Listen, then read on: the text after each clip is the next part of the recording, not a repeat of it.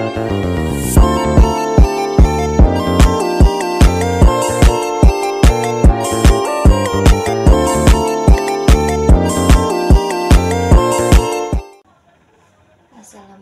warahmatullahi wabarakatuh. Baiklah, sebelum pembelajaran dimulai, mari kita berdoa. Ketua kelas dipimpin untuk berdoa.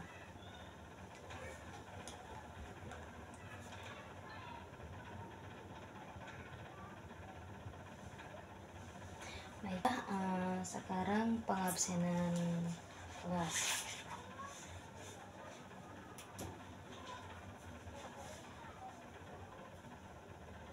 Ivanka hadir, Lulu hadir, Wandai hadir, Setiawan hadir, Dodo hadir, Iwan hadir. Baiklah, hadir semua ya untuk hari ini. Baiklah, sebelum pembelajaran dimulai, Ibu ingin mengulas pembelajaran sebelumnya atau minggu lalu, atau materi minggu lalu. Ada yang tahu materi minggu kemarin apa? Ya, materi minggu kemarin itu Bhinneka Tunggal Ika. Materi kemarin akan bersangkut pautkan dengan materi hari ini yang berjudul keragaman suku bangsa dan budaya di Indonesia. Ada yang tahu mengapa kita harus mempelajari keragaman suku bangsa dan budaya di Indonesia? Ya, karena banyak manfaatnya ya kita mempelajari semua itu. Contoh salah satunya menghargai suku bangsa, menjadi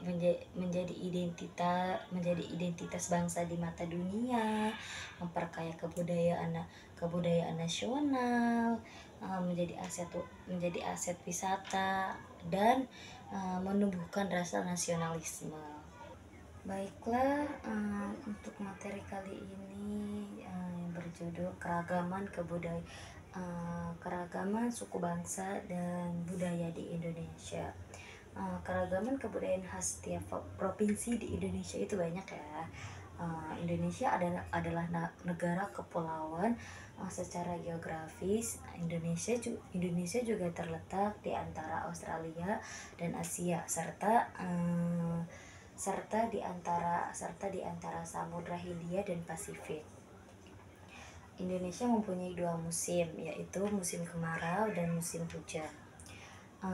Negara kita ini disebut negara kepulauan karena terdiri dari banyaknya pulau. Dan 50 pulau terbesar di Indonesia ada di Sumatera, di Jawa, Kalimantan, Sulawesi, dan Papua. Indonesia juga terbagi menjadi beberapa provinsi, dari Sabang sampai Merauke. Apakah kalian tahu ada berapa provinsi di Indonesia? Ada yang tahu?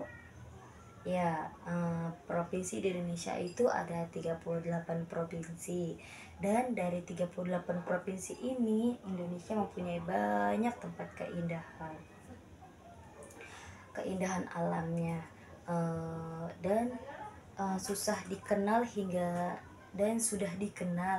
ke luar negeri, seperti Danau Toba yang ada di Sumatera Utara.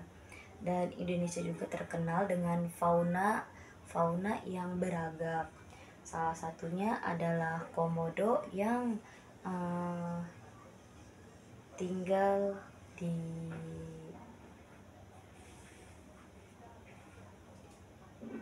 ujung kulon, dan masih banyak lagi ya keindahan alam yang ada di Indonesia. Maka dari itu Indonesia disebut sebagai bangsa majemuk karena terdiri dari banyaknya suku, banyaknya adat, banyaknya agama, dan bahasa daerah masing-masing. setiap daerah Indonesia punya budaya adat dan kebiasaan yang berbeda-beda. Hal ini bisa dipengaruhi banyak hal teman-teman. Banyak hal teman-teman ya. Salah satunya adalah kondisi geografis. Misalnya setiap provinsi mempunyai rumah adat, pakaian adat, tarian adat, dan lagu daerah masing-masing. Contohnya seperti tarian Sekapur Siri dan Sekapur Siri dari Jambi, Sumatera Barat yang mempunyai rumah adat bernama Gadang. Dan Jawa mempunyai pakaian adat yaitu yang bernama kebaya. Oh iya, selain itu Indonesia juga dikenal dengan beragam musik. Dikenal dengan beragam alat musik tradisional yang khas, bahkan sudah sampai diakui oleh UNESCO seperti angklung. Selain itu, Indonesia juga dikenal dengan beragam bahasa yang berasal dari berbagai daerah seperti bahasa Minang, bahasa Sunda, bahasa Jawa, dan masih banyak lagi. Walaupun Indonesia punya beragam bahasa yang digunakan secara umum tetaplah bahasa Indonesia yang menjadi persatuan kita. Semua ini menunjukkan bahwa Indonesia punya banyak sekali perbedaan, tapi kita sebagai masyarakat Indonesia harus bisa menghargai perbedaan itu dan hidup bersama.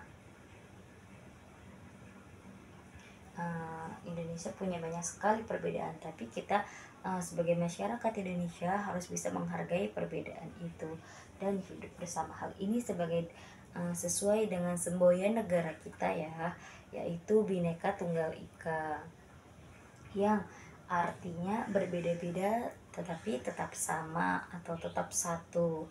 Walaupun kita berbeda, tetaplah kita negara Indonesia, kita keluarga satu Indonesia. Kita harus saling menghormati